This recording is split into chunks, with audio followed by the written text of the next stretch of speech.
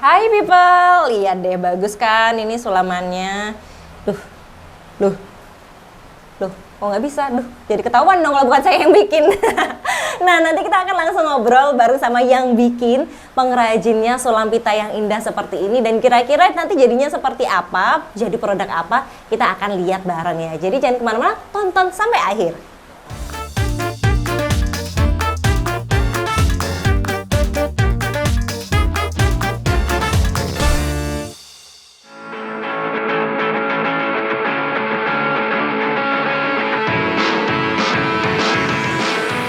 Berawal dari kumpul bareng, nungguin anak sekolah sambil belajar kerajinan tangan, dua ibu-ibu ini akhirnya menjadi partner bisnis dalam membangun usaha bernama Brunch Handmade. Usaha ini mendaur ulang jeans sisa produksi department store menjadi produk baru seperti tas, pouch, hingga topi yang bernilai jual tinggi. Produk Brunch Handmade udah ikut pameran internasional sampai jadi koleksinya ibu-ibu pejabat kedutaan loh.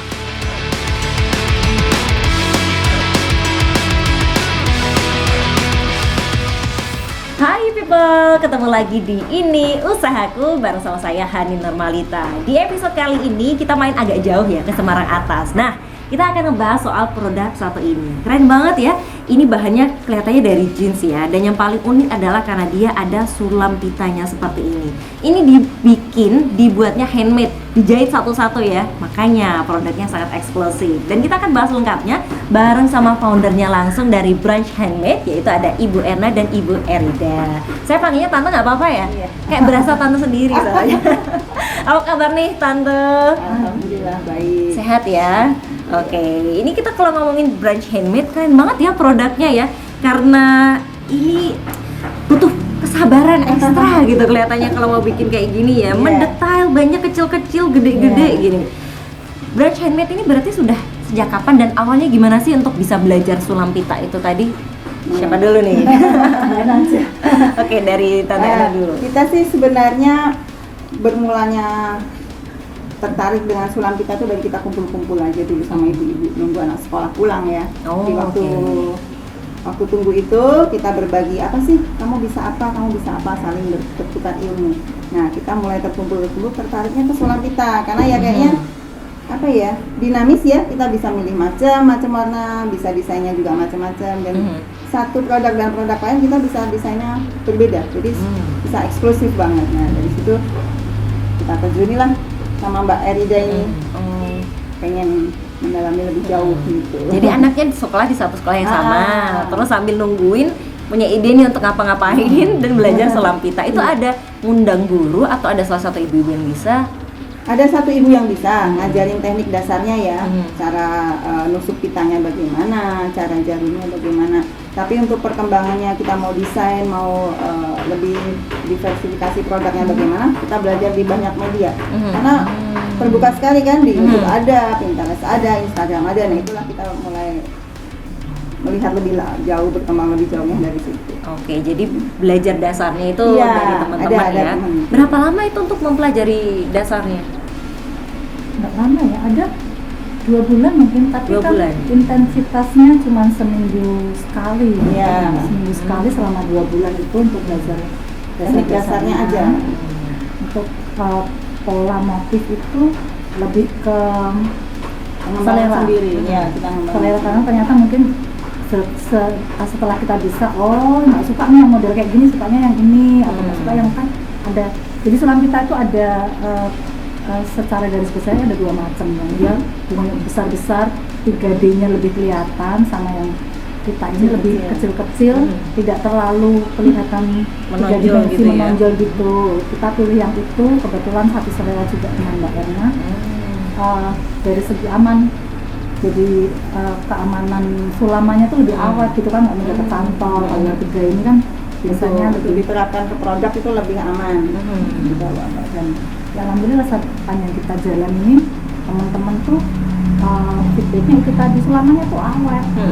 Kalau dia punya 1 tahun, 2 tahun, 3 tahun tuh sulamannya masih ya kayak gitu-gitu aja, nggak yang apa sih, biasanya kan kalau yang sampai 3 dimensi itu lepas ya, cantol lah, ketarik lah. Oke, baiklah. Jadi ternyata akhirnya nemu partner usaha yang Iya. cocok dari situ ya. Iya. Dan kalau dilihat apa sih yang menjadi ciri khas dari Branch Handmade? Karena tadi kan ternyata dari segi sulamannya pun ada beda-beda begitu Iya. ya. Dan medianya ini apakah selalu jeans atau gimana nih yang menjadi ciri khasnya Branch Handmade? Memang ciri khasnya di denim. Kebetulan untuk salah satu kemudahannya kita nggak pakai denim yang warna macam-macam. Denim sendiri sebenarnya ada hitam, ada macam-macam. Ya, Kita blue nggak pakai denim blue gitu ya. denim aja, cuman main degradasinya ya. Mm-mm. Secara pengolahan denimnya lebih mudah, stok bahannya juga lebih nggak terlalu banyak. Oke, jadi makanya ini ciri khasnya dari Iya, Branch materialnya Handmade denim, ya. iya. Kalau untuk dari polanya bunga-bunga nih, flower-flower atau mungkin ada yang lain juga? Kalau yang sulam pita masih banyak mayoritas flower ya bunga. Hmm. Tapi kalau kita mau nyoba ke sulam benang itu ada. Kayak di topi ini kan ada tusuk Oh, yang ini pakai ya. sulam benang tuh. Di baliknya. Sebalik. Oh, yang Dua muka, dibalik. iya, yang Oke, kita dua sisi. ternyata ini bisa Bisa dapat dua sisi, dua desain ya. Iya, kita pakai sulam benang, kita pakai Ini ya. desain gitu. Jadi lebih apa ya? Lebih Keren. maco mungkin ya. Jadi ini unisex juga ya? Iya. Kalau pengen yang cewek, girly ini ada bunga-bunganya. Kalau cowoknya mau pakai juga bisa nih. Soalnya cuman sulam benang gini aja. Ih, keren ya, lucu banget loh. Oke. Dan terus kemudian untuk pengembangannya sendiri, ini belajarnya kan tadi dari berbagai macam media ya. Kemudian diaplikasikannya ke produk apa aja? Sebenarnya semua bisa ya, hanya kita tuh yang masih di kemampuannya ya. Jadi belajarnya misalnya dari desain tas, karena awal-awal memang kita perempuan ya, lebih Alat ke bawa alat lah. bawa gitu. Oke. Jadi mulai pouch, mulai terus kemudian ke tas yang agak besar, ke pouch yang lebih kecil lagi. Ya, tempat Jadi, kacamata itu yang sebelah sana tempat kacamata. Oh, ada tempat itu sebenarnya kacamata juga. ya, lebih ke yang masih yang terjangkau di apa yang sering ada di sekitar kita aja. Sebenarnya aplikasi sulam pita itu kan bisa juga di baju, di kerudung. Tapi untuk brand ini kayaknya kita masih bergerak di material denim dan alat bawa aja. Untuk keperluan wanita alat bawaan. Oke, baiklah. Tapi kalau mau diinovasikan ke berbagai Masih macam hal banyak, masih ya, banyak ya masih yang banyak bisa peluangnya. digali Iya. lagi. Oke, dan kemudian kalau untuk pemasaran dari produk seperti ini, sebenarnya tuh pasarnya seperti apa sih di Kota Semarang atau ternyata pasarnya lebih banyak di luar Semarang?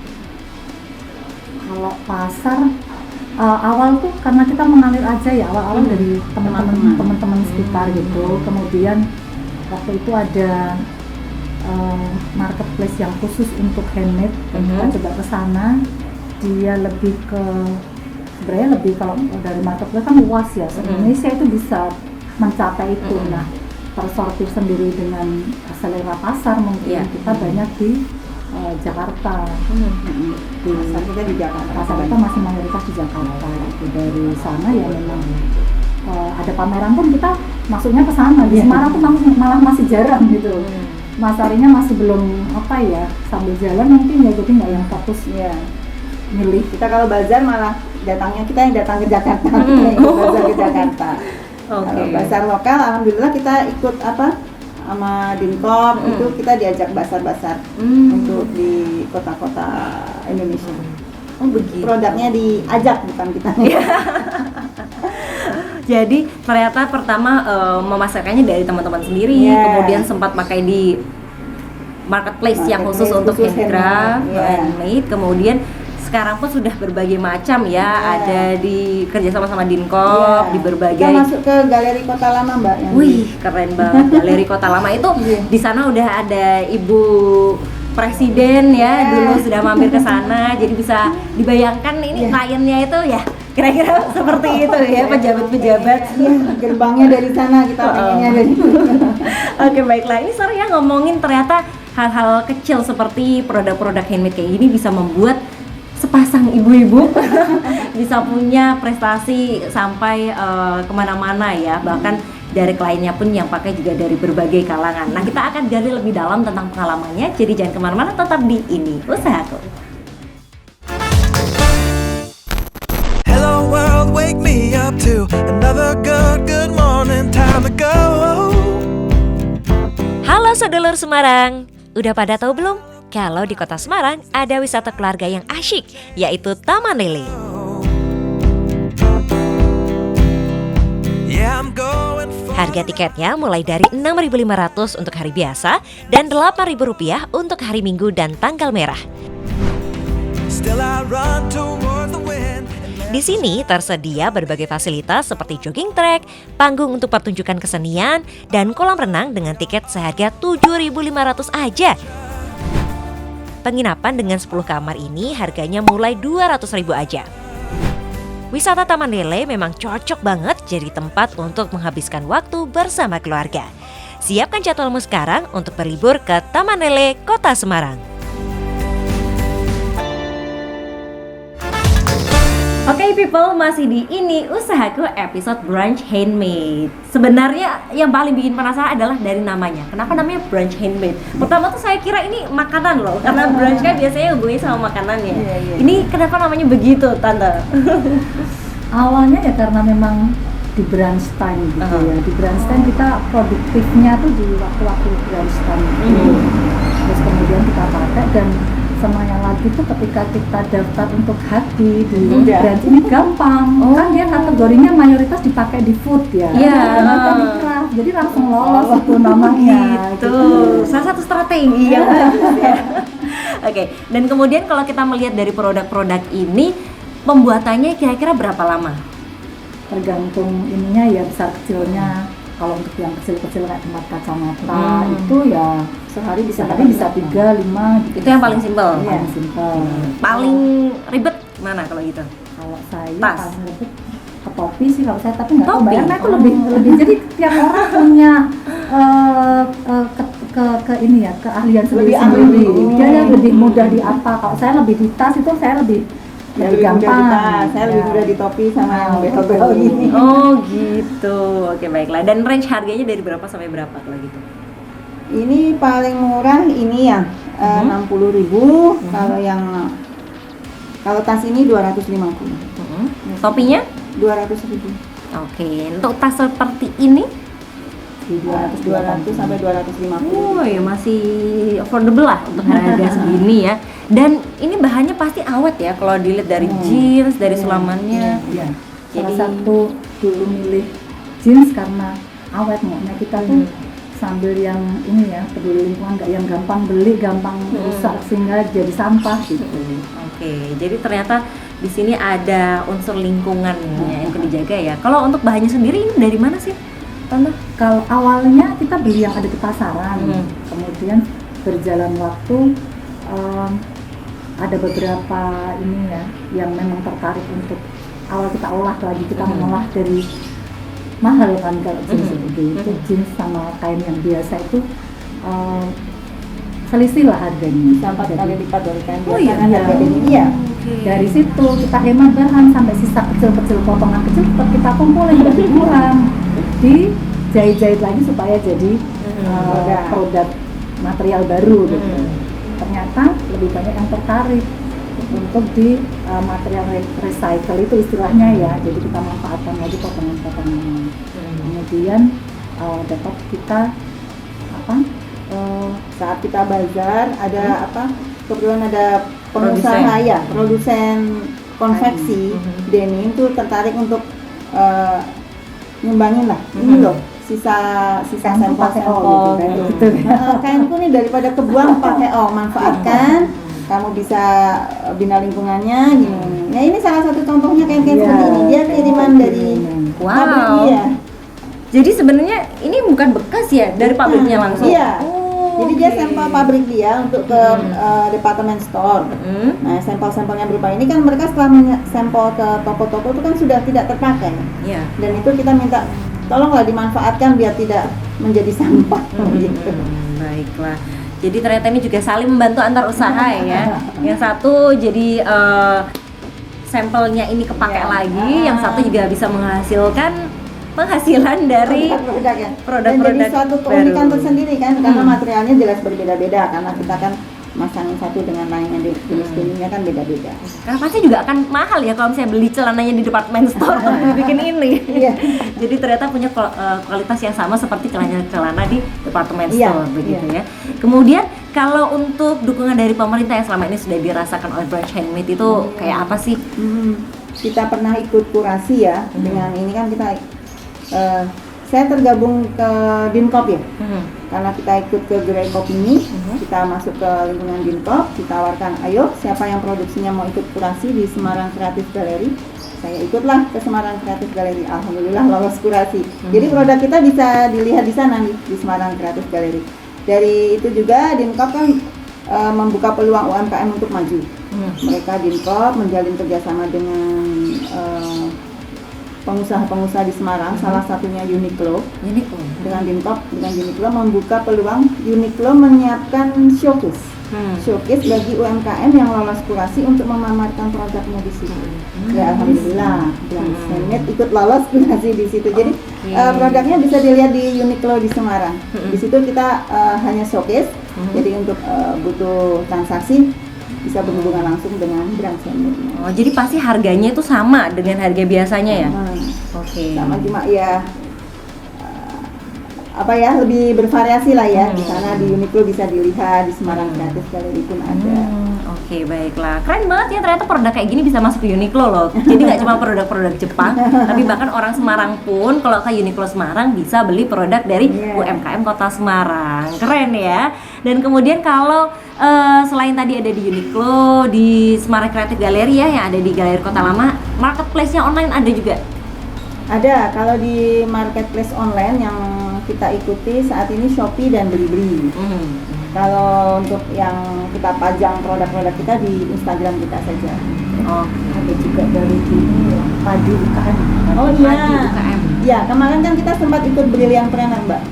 Jadi di situ kita dibuka kesempatan untuk masuk produk kita ditawarkan di Padi UMKM. Itu kan juga program pemerintah juga ya, Padi UMKM itu. Marketplace Padi. KTP. Aplikasi. Iya, marketplace. Padi UMKM. Oke, baiklah, ternyata banyak ya cara yang bisa kita tempuh untuk bisa mendapatkan produk-produk ini. Ini juga katanya banyak yang pakai dari kalangan ini ya, orang-orang dari luar negeri, ekspatriat gitu ya. Oh, iya, karena kemarin itu kebetulan kita rutin mengikuti bazar. Setahun 2 kali memang bazar itu diadakan, yang mengadakan dari lokal market Jakarta. Itu khusus untuk komunitas ekspatriat ya. Kebetulan pengunjungnya spesialis komunitas ekspatriat. Jadi teman-teman mereka kan kalau ekspatriat punya komunitas sendiri-sendiri, dan mereka mengadakan bazar, mengundang UMKM. Jadi produk-produk lokal dipersilahkan untuk menampilkan produknya. Jadi situlah. Dan kalau untuk Sulampita, alhamdulillah punya pasar tertentu. Mereka rata-rata orang Asia lebih tertarik. Korea, Jepang itu lebih tertarik dengan Sulampita. Oke, jadi jangan heran kalau misalnya nanti di luar negeri ketemu ada yang pakai produknya Branch Handmade ya. Karena memang sudah dipakai oleh banyak orang, ekspatriat dan sebagainya, macamnya. Terakhir, kira-kira apa nih harapan dari Tante Erna dan Tante Erinda juga untuk Branch Handmade? Ya, harapan kita ya kita mengalir aja, ikutin tren, kita bisa berkreasi, menyalurkan hobi kita dan menghasilkan, itu sudah suatu kebahagiaan bagi kami. Apalagi kalau alhamdulillah bisa menginspirasi. Ini kan kita juga mengajarkan ya. Saya juga punya kelompok craft mengajarkan Sulampita. Jadi ini salah beberapa juga sudah merupakan hasil dari kerajinan para murid-murid istilahnya yang ikut belajar Sulampita. Jadi kita bantu karya mereka, kita bantu untuk kita jualkan juga. Begitu. Berarti kalau pengen belajar bisa juga ya nanti ya. Bisa langsung dikontak ya di Instagramnya branch_handmade atau ya. Kalau dari Tante Erinda? Apa ya, ini karena berawal dari mengisi waktu ya. Sebenarnya kalau lihat semakin kesini tuh lihat program pemerintah tuh banyak sekali. Asal kita mau apa aja, apalagi sekarang ya informasi itu banyak. Jadi pemerintah pasti dukung gitu.